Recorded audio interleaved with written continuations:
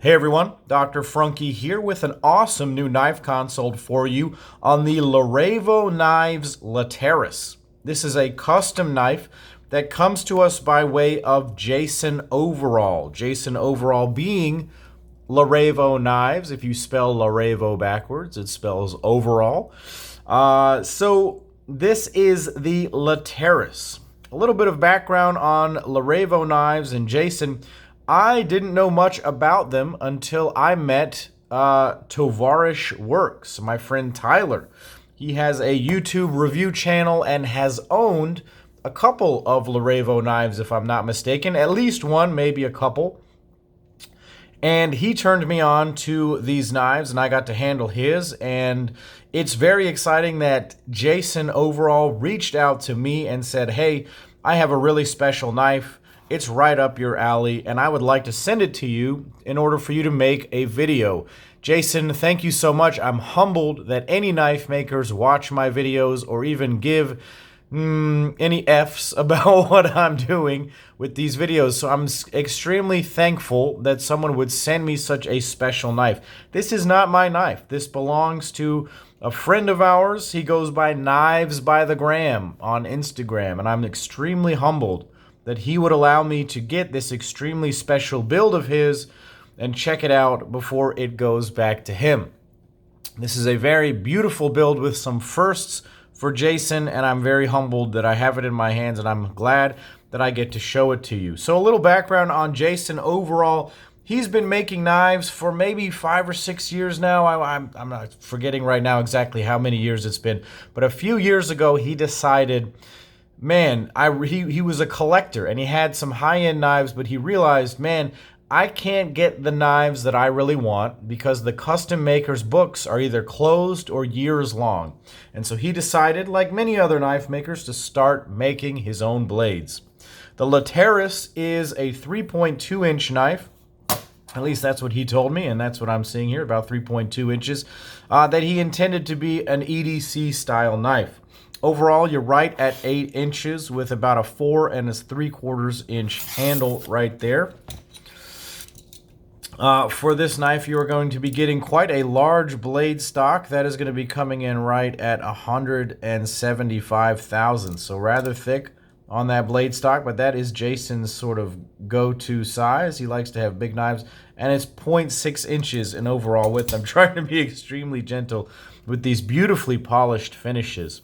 Let me bring out another couple of knives for a quick size comparison. Here we're going to have the Spyderco Para 3, and you'll see here we have the Para 2 with a 3.2-inch blade. It's going to slot right in between these two knives, and it is a very nice size for everyday carry. It is a full-size everyday carry knife.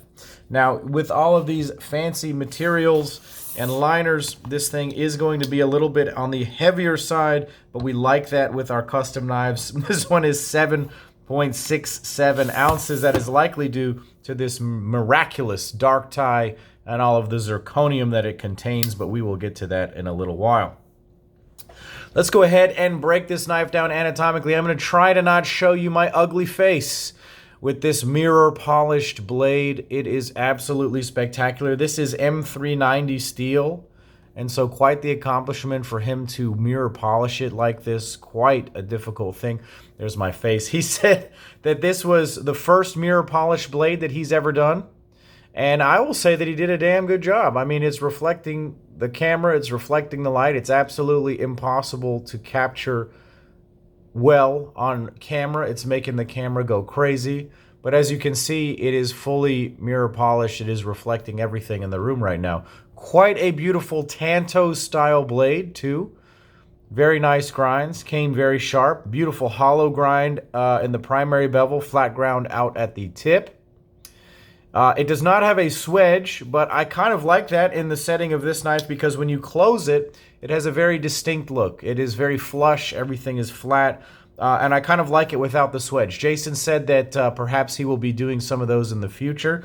Certainly, as with most custom knives, you can request that from the maker and he'll work with you. This knife was a custom request by our mutual friend, and this was some very special things that he did and requested. And so Jason obviously is willing to work with you. If you go and you look at Tyler's videos, Tavarish Works videos on his Larevo knives, he had some very unique requests as well, and his Laterus looks completely different to this one, and so it's interesting to see. The blade is very nice. I really like the Tanto shape, and it's very unique. It's clearly his. It's got this sort of stocky look to it, and he's got his own design language with it. Moving back to the pivot is wonderful. It really has a very nice action, incredibly smooth, definitely on ball bearings, fall shut action, flies open. It's just a mirror smooth finish. That polished blade must help, but every knife I've handled from Jason has this similar sort of very smooth drop shut style action. Really incredible. Nice crisp detent. Excellent flipper geometry, 90 degrees to the pivot. Nice angulation so that it really opens up quite nicely. The detent is a little bit on the lighter side, and you can soft fire it. But if you're a collector and you know what you're doing, honestly, the action is quite satisfying. Apologize, I keep reflecting my stupid face. The centering is very good. Custom makers who make knives completely by hand, sometimes the grinds will be a little bit off. Jason has clearly been working on his techniques, and his grinds are very clean. Everything seems to be centered up and quite nice. The pivot on this knife is a bit understated for how otherwise flashy it is. It's a polished type of pivot. I kind of wish that it would be reversed. If this were my knife, I might have asked him to reverse that. That's no big deal. It is what it is. It's probably easier to assemble it this way. Now let's move back to these incredible, incredible handles. And the first thing you're going to notice, besides the fact that it's absolutely beautiful, is that there's no hardware. This is the first hidden hardware build also for Jason. So a couple of firsts on this one, the mirror polish blade and the full hidden hardware construction, including the clip. This is coming in with some beautiful Chad Nichols dark tie. This is sort of Zircuti Plus, where there's sort of extra zirconium in there and maybe less titanium. Instead of it just being maybe a quarter of the overall amount of material, maybe the Zirc is now half of the overall material. I couldn't tell you what the exact ratios are, but clearly a lot more zirconium in this, and it's really stunningly beautiful. I actually ordered a block of this, and I have it being added to a knife of mine, and I hope to bring that to you sometime soon.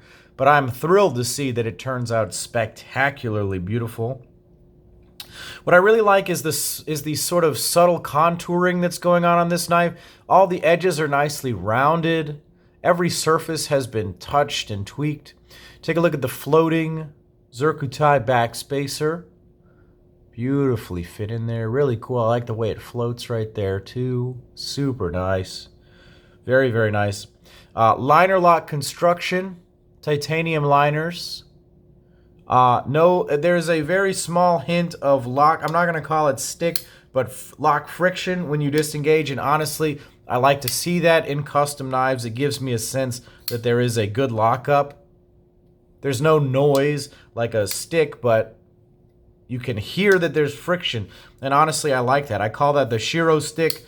It just means that the geometry is going to be solid. This thing does not disengage at all. I shouldn't do that to somebody else's custom knife, but it is what it is.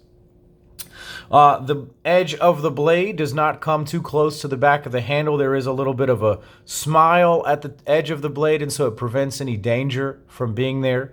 You'll notice also that he's milled an area here for the flipper tab, a relief cut for the flipper area, and it is more comfortable to flip. Quite nice. Really and truly, this is a very, very nice knife. I think that Jason has some immense potential. It's amazing to see how he's growing. I'm glad to finally get one of these on the channel, and I'm humbled to think that a maker, a small-time custom maker, would be bold enough to send me a knife because sometimes these things don't always work out, and if the knife is not excellent, perhaps I would say that, but this knife is excellent. It may not be to everyone's taste aesthetically, but it's amazing to find these custom makers that are willing to promote themselves and to find new clients and go the extra mile for them. What I appreciate about makers like Jason is that If you have a vision of a knife that you want to build, if you have materials like dark tie or something, find a maker like this, someone who's willing to work with you, someone whose books are open, someone who's hungry to do well for you. It really is a different experience when you find these younger guys that are hungry rather than the makers that have been in the business for a long time. Sometimes you can get pleasant little surprises like this. I'm really impressed with this, Jason. You've done a really good job. This is leaps and bounds better than the knives that I handled a year ago from you, and it's awesome to see how you're progressing. So guys, definitely pay attention to Jason overall. I don't think I pointed out that the inside is also jeweled to add to the understanding of how the attention to detail on this knife. Thank you, Jason, so much for sending this along. Thank you to our mutual friend, the owner of this knife, for being brave enough to let me take a look at it and review it for the channel. Really, really beautiful stuff here, guys. Take a look at his site. Take a look at his Instagram at Larevo Knives. Follow me on Instagram as Dr. Frunkey. Click like and subscribe to my YouTube channel here for more videos. And as always, guys, this is Dr. Frunkey saying, take care.